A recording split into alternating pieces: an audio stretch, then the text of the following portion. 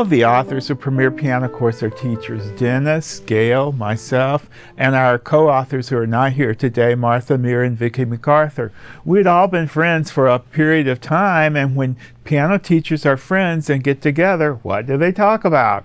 They talk about their students, they talk about the music they're teaching, they talk about the methods and what they'd like to see in those methods. So the 21st century rolled around, and we all thought, now is the time that we should be taking those ideas and putting them down on a piece of paper.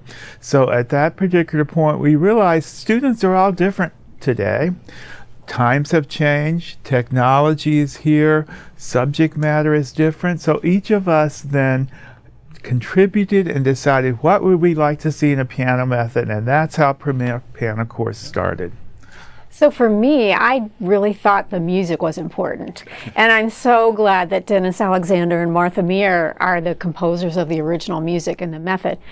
Keeping a piano student engaged and in the method is really a challenge. It's one of the things I talk about with my piano pedagogy classes. How long do you keep a student in the piano method? And really one of the key factors is how good the music is. Because if it's not good, they're not going to want to play it. So the fact that these pieces are so well written, and our goal was that they sounded like they were solos and not from a method book. And we really hit it out of the park with that. I shouldn't say we, I should say you and Martha really hit it out of the park.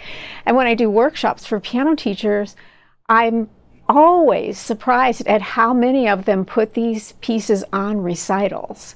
And that's just a mark of how great the music is. And you know that, piano teachers can listen to a piece of music, and I've so many times heard a piano teacher say, oh, that sounds like a method book piece. Mm-hmm. And you don't know what that means unless you are a piano teacher.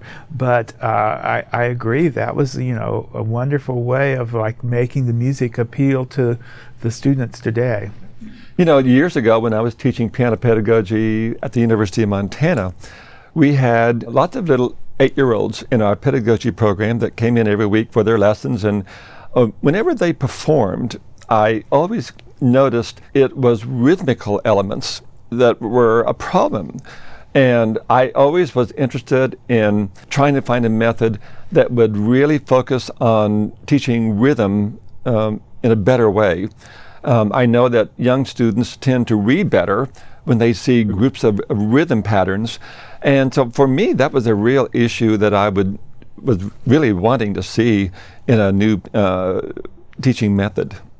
And you take those two elements that both of you have just brought up and combine them with the other ideas that we all sat down and discussed.